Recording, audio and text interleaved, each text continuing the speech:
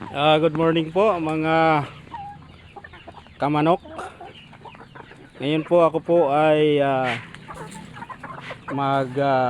papaking ng sisiw na in-order sa akin ang aking surveyor. Pero bago ang lahat, ako po ay nagpapakain at nagpapatuka sa aking mga inahin. Ayan po yung aking mga inahin. Binibigyan ko po sila ng pagkain para hindi po sila magulo. Ayan po. So lilinisan lamang natin yung yung ating painuman. Ayan po. Itong aking painuman po ay meron pong float valve na nag-aano po ng tubig. So yung ginagawa ko, pag naabot na po yung level niyan, ay hindi na po aapaw yung tubig. Ayan po. Yan po yung aking dito po sila iinom mamaya pag meron na pong tubig. Ayan po yung aking mga manok. Ayan. So pupunta po tayo doon sa aking mga sisiw kasi meron pong sure buyer na sure buyer na bibili. Ayan po, silipin po natin. Ayan po.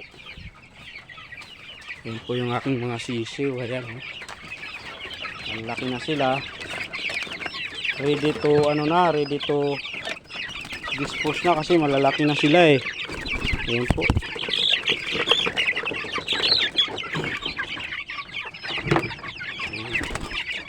Ayan po yung aking mga sisiw.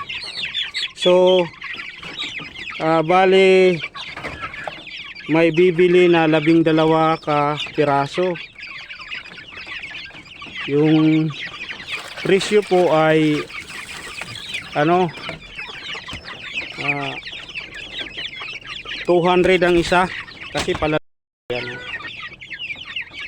200 po, may balahibo na po.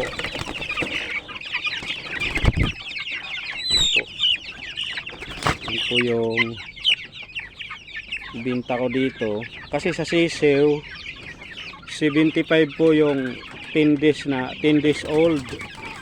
Ayan po. So ito bininta ko ng 200 yung yung 200 yung bawat piraso. So gutom na sila eh. Itong dalawang ito yung aking breeding po na na ibang lahi po. Ayan. So dito po sa kabila meron po tayong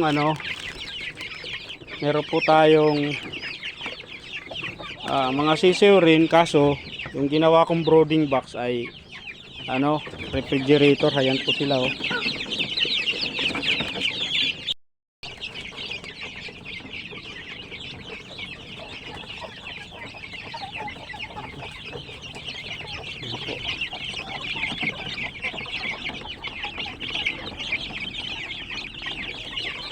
Ayan. Ayan po yung ating mga ayan po yung aking mga manok. Oh, so ayan po. So ayan, nakakain na sila.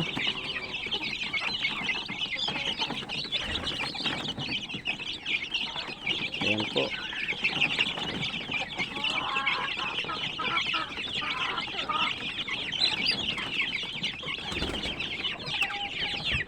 So dito kayo, dito. So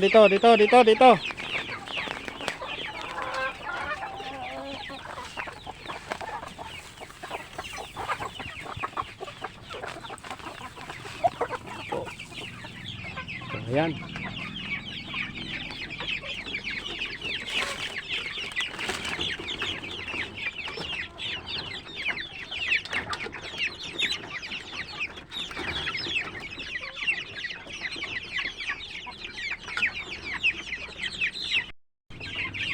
So lalagyan natin ng pagkain yung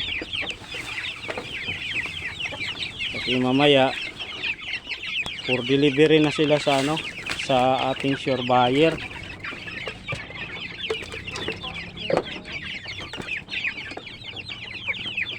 po.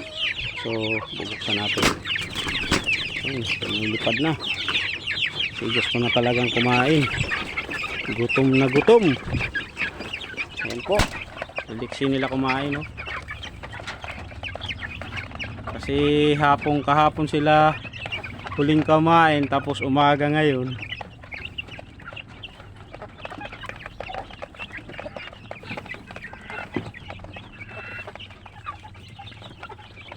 Ayan po.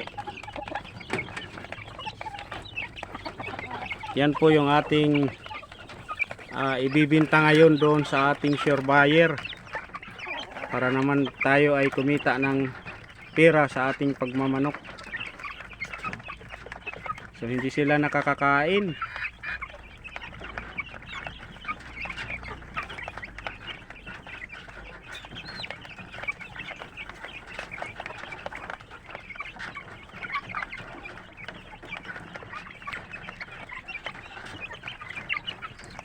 Ayan po.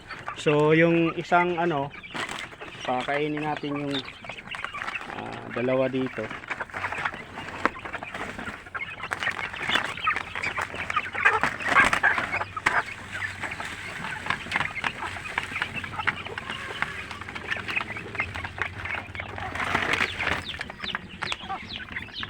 So mamaya itong medyo malaki-laki na, i-deliver na po natin. Pipiliin natin yung mga okay yung katawan. So 12 yung order. Ayan po. Ayan po, magana po sila kumain, no? Ayan po. So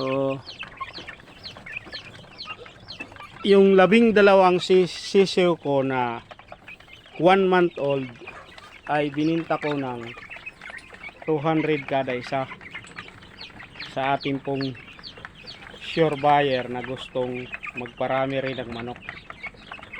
Ayan po.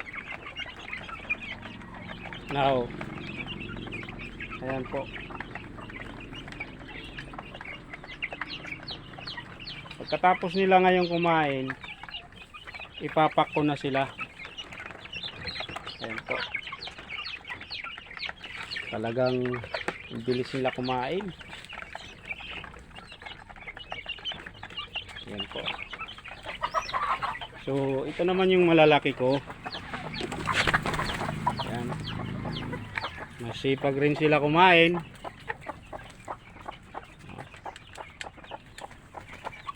Ayan po. Yan po yung aking itinitira sa aking mga ibinibinta. At sila po yung nagpo-produce sa akin ng itlog para ipisa po sa mga sa incubator po na akin pong pinapipisaan. Ayan po. So yan lamang po. Dito po sa kanilang painuman ay hindi po sila, silipin po natin, hindi po sila dito po sa aking painuman, maya maya mapupuno na yan ng tubig. Ayan po. So ayusin lang natin yung ayan, may tubig na po sa loob. So hanggang dito lang yung tubig, hindi naaapaw kasi nilagyan ko po ng float valve. Ayan. So, kahit ilang araw, 3 araw, hindi po sila maubusan ng tubig. Yan po yung kagandahan na meron pong ganitong unlimited water system yung aking mga manok. Yung kanilang tangke ay nandun sa solo ko. Papakita ko po yung kanilang tangke. Yan 2 container na yan. Merong hose, no? Merong hose papunta rito. Ayan po yung hose, oh. Ayan. Ayan, papunta dito sa ating painuman. Ayan. Ayan po yung aking paraan para masaya ko pong ginagawa ang aking pagmamanukan. Kahit kunti lang sa ating pong mga likod bahay, makapagmamanok tayo at makapagbibinta tayo ng mga sisiw na ating pong inalagaan. Ayan po. Kaya Kung bago ka pa lang sa channel ko na napadpad, no?